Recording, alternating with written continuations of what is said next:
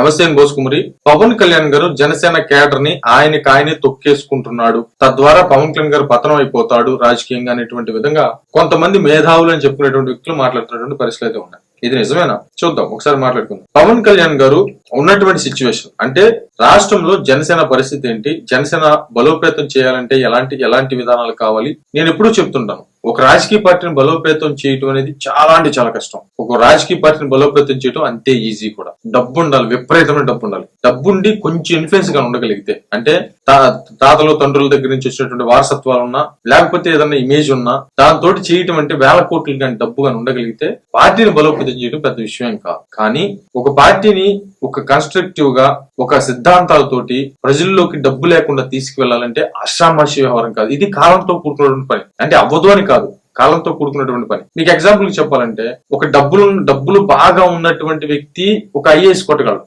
అసలు డబ్బులు లేక అంటే గర్భదరిద్రంలో పుట్టినటువంటి వ్యక్తి కూడా ఐఏఎస్ కొట్టగలడు.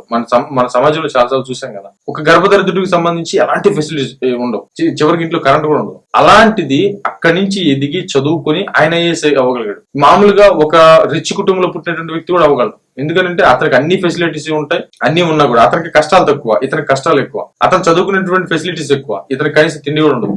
ఇది తిండి తినకుండా కరెంట్ లేకపోయినా బుడ్డుల్లో పెట్టుకుని, కిరోసిన్ బుడ్లు ఉన్నాయి అంతకుముందు, ఆ గుడ్లు పెట్టుకుని చదువుకొని సరే ఐఏఎస్ దాకా వెళ్ళగలిగాడంటే ఇతనికి డబుల్ త్రిబుల్ కష్టాలు ఉంటాయి, అయినా అది తట్టుకుని వెళ్ళగలగడం. అది డబ్బులు ఉన్నాయి కాబట్టి అన్ని ఫెసిలిటీ, ఏసీ రూమ్ లో కూర్చొని బాగా ఫ్యాన్లు వేసుకుని ఏసీ రూమ్ లో వేసుకుని మంచి మెటీరియల్ తెప్పించుకొని మంచి కాలేజీల్లో జాయిన్ అయ్యి మంచి కోచింగ్లు తీసుకుని వాళ్ళు వెళ్తారు. కానీ అక్కడ దాకా ఇతను వెళ్ళాలంటే ఎంత కష్టం. బట్ డబ్బుతో ఏం సంబంధం లేదు, కొంత గొప్ప అక్కడ డబ్బులు ఉన్నా కూడా ఏం కాదు. నేను ఏం చెప్పాను మీకు అర్థమవుతుంది అనుకుంటున్నాను, అర్థం చేసుకోండి. కాబట్టి అలాంటిదే జనసేన పార్టీ. కింద నుంచి ఎదిగేటువంటి క్రమం, ప్రజారాజ్యం అనేటువంటి మచ్చ మామూలు మచ్చ కాదు అసలు జనసేన పార్టీకి. అసలు మెగా ఫ్యామిలీ నుంచి ఇంకొక పార్టీ సక్సెస్ అవుతున్నటువంటి నమ్మకం ఎవరికి లేదు. అది పవన్ కళ్యాణ్ గారు పెట్టడం ఏంటని చెప్పేసి అవహేళన చేశారు. అన్నట్టు చేసిపోయాడు, తమ్ముడు ఇంకేం చేస్తాడు, అసలు ఇంక అయ్యే పని అనేది అని చెప్పేసి మాట్లాడారు. కానీ ఈ రోజు అద్భుతాలు జరిగాయి. అంటే అదేదో సినిమాలో చెప్పినట్టు అద్భుతాలు జరిగేటప్పుడు ఎవరు చూడరు, జరిగిన తర్వాత ఎవరు గమనించాల్సిన అవసరం లేదనేది సినిమాలో డైలాగ్ కూడా ఉంది. అట్లాంటిదే జనసేన పార్టీ కూడా. కాబట్టి పవన్ కళ్యాణ్ గారు తీసుకున్నటువంటి వ్యూహాన్ని జనసేనకు సంబంధించిన శ్రేణులు మొత్తం వ్యతిరేకించారు. ఏది ఎలక్షన్స్ టైంలో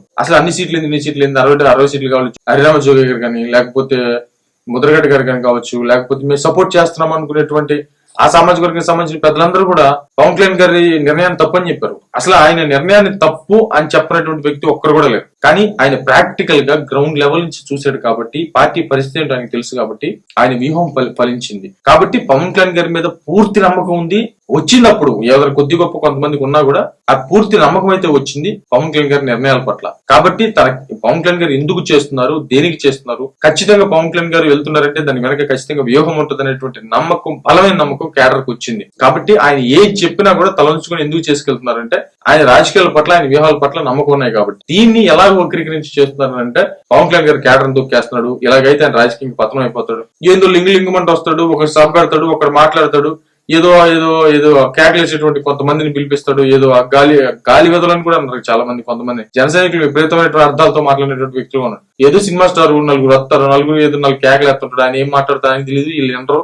అదే మీటింగ్ ఆయన మళ్ళీ పోయి షూటింగ్లు చేసుకుంటాడు, ఈయన రాజకీయాలు చేసేది టైం పాస్ రాజకీయాలు చేస్తారని చెప్పేసి విమర్శించినటువంటి స్థాయి నుంచి ఈ రోజు పవన్ కళ్యాణ్ గారు పార్టీ గురించి మాట్లాడేటువంటి స్థాయికి ఎదిగినటువంటి వ్యక్తి పవన్ కళ్యాణ్ గారు. ఇది ఘోరమైనటువంటి కష్టం, ఘోరమైనటువంటి అవమానాలు ఉన్నాయి దీని వెనక. కాబట్టి అలాంటిది ఇది కూడా. ఆయన పతనం అయిపోతున్నాడు అంటే క్యాడర్ ని బలహీనపరచడం, క్యాడర్ లో ఒక గందరగోళాన్ని సృష్టించేటువంటి ప్రయత్నం చేయటం అనమాట. అదే రాజకీయం అంటే. కాబట్టి ఆ మాయలకి మంత్రాలకి అవన్నీ పడి జన సైనికులు చూసి అరే పవన్ కళ్యాణ్ గారిని ఏదన్నా ఒక్క మాట అంటే ఆ రోజుగా తడిపడిపోద్ది, అంతే, సమస్య లేదు. అంటే ఆయన అసలు నిద్రపోనీరు, నేను ఎందుకు పెట్టుకున్నారా బాబు పవన్ కళ్యాణ్ గారితో అనేటువంటి విధంగా సెల్లులు పగిలిపోతాయి. అలాంటి దగ్గర నుంచి జన సైనికులు చివరికి తనని, తన తల్లిని, తన కుటుంబాన్ని, తన భార్యని, తన పిల్లలను కూడా విమర్శిస్తే మింగుకున్నారు జన సైనికులు. రాజకీయమే చేశారు, ఖచ్చితంగా అవతల విమర్శలే చేశారు, ఎక్కడ కూడా హద్దు మేరలేదు. అంత తను మార్చుకుంటూ వాళ్ళని మార్చుకుంటూ 7 దాకా తీసుకొచ్చాడు. దాన్ని ఇప్పుడు ఆ క్యాడర్ లో ఒక గందరగోళం సృష్టించేటువంటి విధంగా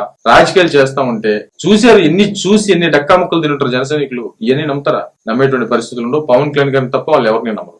మరేమైతే చూద్దాం. ఇది నా అభిప్రాయం.